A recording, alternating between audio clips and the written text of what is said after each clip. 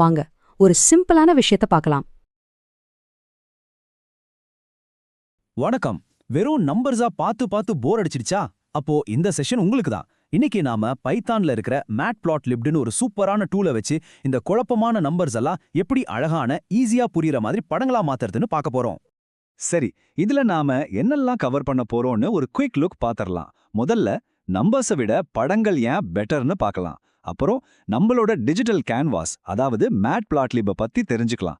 அதுக்கடுத்து என்னென்ன மாதிரியான சார்ட்ஸ்லாம் இருக்குன்னு பார்த்துட்டு கடைசியா நம்ம டேட்டாவுக்கு எப்படி உயிர் கொடுக்கறதுன்னு கத்துக்க போறோம். ரெடியா? வாங்க ஸ்டார்ட் பண்ணலாம். ஓகே, முதல்ல ஒரு முக்கியமான விஷயத்தை பத்தி பேசுவோம்.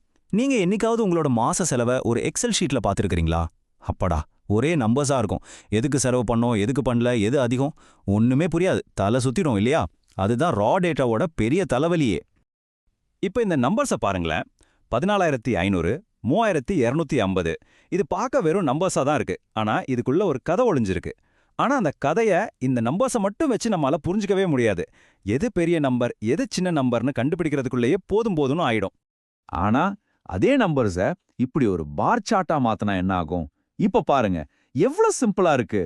உங்க பணம் அதிகமா எங்க போகுதுன்னு பளிச்சுன்னு தெரியுது இல்லையா? பார்த்த உடனே சொல்லிடலாம் வாடகைக்கு தான் அதிகமா செலவாகுதுன்னு. இதுதான் விஷுவலைசேஷனோட பவர். இந்த மேஜிக்கை செய்யற அந்த சூப்பர் டூல் எது தெரியுமா? வாங்க நம்ம ஹீரோவை பார்க்கலாம். அதுதான் மேட்பிளாட்லிப். மேட்பிளாட்லிப் அது பைத்தான்ல இருக்கிற ஒரு பவர்ஃபுல் லைப்ரரி. லைப்ரரினா என்னன்னு யோசிக்கிறீங்களா? ரொம்ப சிம்பிள்.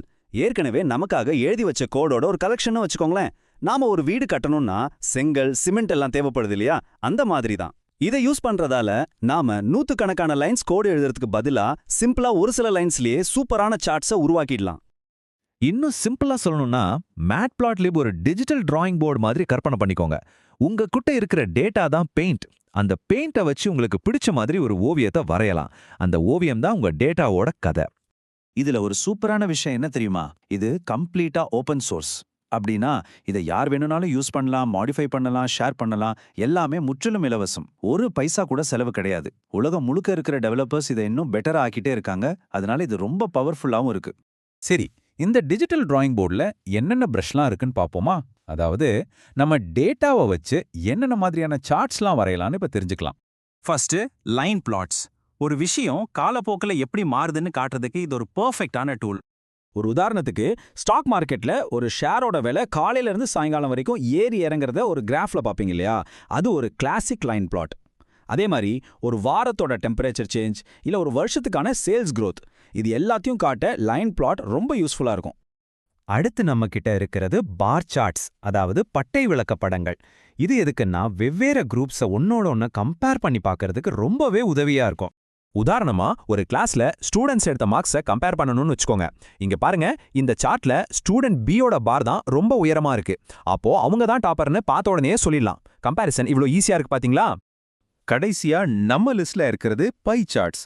ஒரு முழுமையான விஷயத்துல ஒவ்வொரு பகுதியும் எவ்வளோ பர்சன்டேஜ் இருக்குன்னு காட்டுறதுக்கு இதுதான் பெஸ்ட் சாய்ஸ். இது ஒரு கேக் மாதிரி நினைச்சுக்கோங்க. உங்க மாச பட்ஜெட் தான் அந்த முழு கேக். உணவு, வாடகை, சேமிப்புன்னு ஒவ்வொரு செலவும் அந்த கேக்ல ஒரு ஸ்லைஸ். எந்த ஸ்லைஸ் பெருசா இருக்குன்னு பார்த்தாலே எதுக்கு அதிகமா செலவாகுதுன்னு தெரிஞ்சிடும். சிம்பிள். இதுவரைக்கும் நாம பார்த்ததெல்லாம் ஒரு ஸ்டில் போட்டோ மாதிரி தான். ஆனா மேட்பிளாட்லிப்போட உண்மையான மேஜிக்கே வேற இடத்துல இருக்கு.